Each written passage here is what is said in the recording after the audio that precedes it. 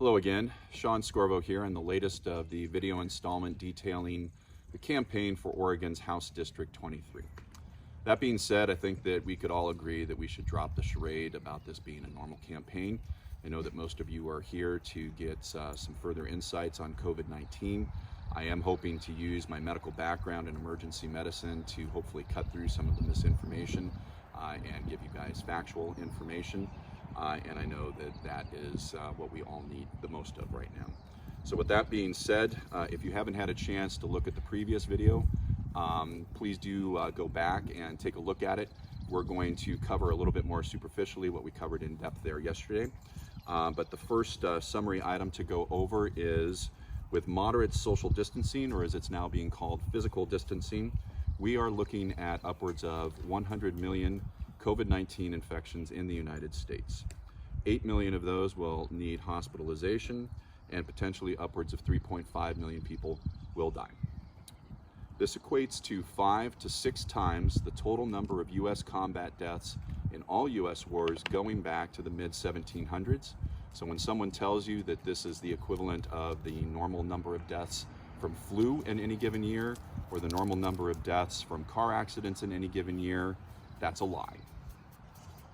3, without physical distancing, you will see a peak in cases by the end of May or the beginning of June, which sounds great superficially, just 2 months of pain and then we are back to a rosy economy, but not so fast. You are talking about 8 million patients needing hospitalization over a 2 to 3 month time frame. There are only 900,000 hospital beds in the U.S., with about 90,000 of those being critical care beds.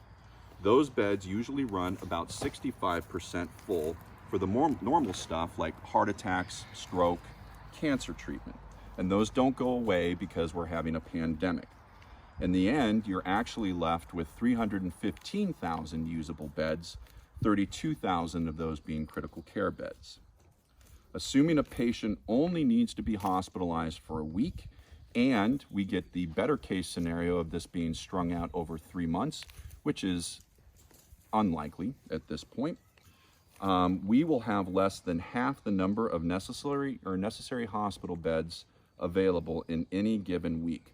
Put another way, the hospital will be in the position of turning away every other person that comes to it seeking care.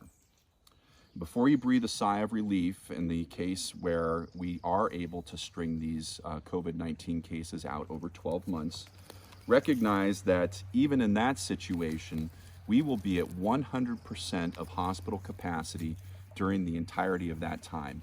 That assumes that you have 100% staffing and you have 100% of the supplies and materials necessary to care for patients. Unfortunately, healthcare workers get sick too. You will not achieve 100% staffing capacity. And also, unfortunately, we are already running out of medical supplies and medical equipment. That leads me to, believe it or not, the scariest implication attached to this pandemic. The Chinese have reported that the number of ventilators they found they needed was between 2.1 and 4.9 for every 10,000 people. Assuming that we use every ventilator in every paramedic rig, every operating room, every intensive care unit, we can at best muster 3 ventilators for every 10,000 people. But that's assuming that no one else needs a ventilator, that there's no surgeries, that no one needs a ventilator on the way to the hospital in order to make it to the hospital alive, and that there's no traumas. Basically, if we stop delivering all medical care not associated with COVID-19, we would still be 40% short of the number of ventilators that we need. Unfortunately, the White House, as of this taping, has still not used the Defense Production Act to mandate the production of ventilators. And even if that were to happen at this very moment, because of the delays thus far, medical professionals will be deciding who lives and who dies based on criteria and protocols developed after Hurricane Katrina for exactly this type of scenario. I spent some time volunteering in Guatemala in between the end of medical school and the beginning of my emergency medicine training. There was a hospital there with an ICU that had 2 ventilators. Those 2 ventilators were only available for families that could afford to pay the hospital directly. Every other ICU patient that had a tube in to breathe for them and needed a ventilator was required to have a family member sit beside the bed and squeeze a bag that squeezed air into the lungs of their family member, their loved one, every 7 to 8 seconds, every minute of every day.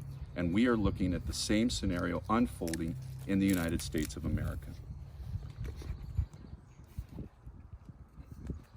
So what's the main message of this video in the end? I want you to have 3 main takeaways here. 1, I advise that you avoid taking any information from a White House briefing where Dr. Fauci is not physically standing on the stage with the briefing team and throw it out the window. I've seen that man in similar positions over the years, from management of the AIDS epidemic to outbreaks of disease in the 2000s, and he is the only one I've seen with the courage to do and say the right thing in the face of immense political pressure. If he says something, I listen.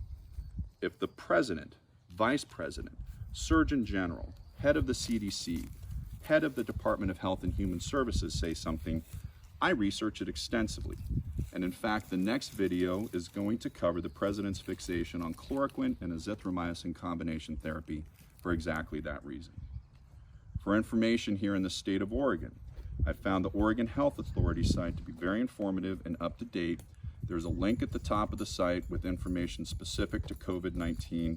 I urge you to make that link a part of your daily research regimen. The third item I'd like you to take away here is this is not some QAnon conspiracy theory. This is not a reality show with success measured in ratings. This is real life. And in real life, sound bites and conspiracy theories get people killed. So here's my request. Please spread the word. Present skeptics with facts. Forward this video regardless of whether or not the recipient lives in the district. Get the truth out and overcome misinformation with factual information. Thank you.